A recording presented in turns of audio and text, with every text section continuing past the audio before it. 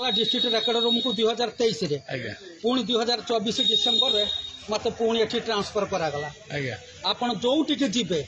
chandbali tehsil Basudevpur tehsil district record room आ एठी सबु सरपंच मान को पचारंतु समस्त उपादान तो टेबुल ऊपर मोर गोटे फाइल पेंडिंग है रहू ना आपण कौन अच्छा मु बड़ बाबू अच्छी अच्छा केबे जॉइन किंतु मत मु फेब्रुआरी 1 तारिख रे एठी जॉइन कली किंतु आज पर्यंत म सचोटतारू निष्ठापर काम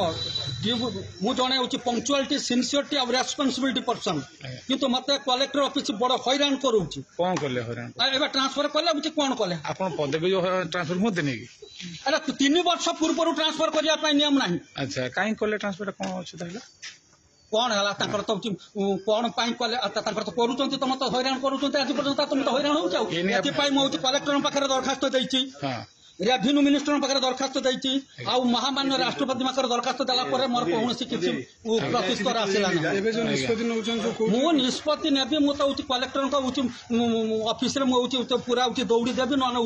अग्नि रे झास देबी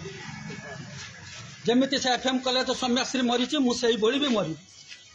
मो प्रति न्याय ना मुझे सचोट कहतु ये सरपंच सबू दल सरपंच सबू पब्लिक कहतु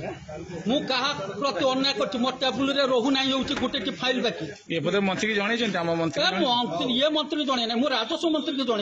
आम मंत्री कही कौन ना कौन एफएम कॉलेज छात्री भाई आत्महत्या कर मो से करी मो सब दरखास्त देला जब मोर कौन उत्तर आसुना कौन करी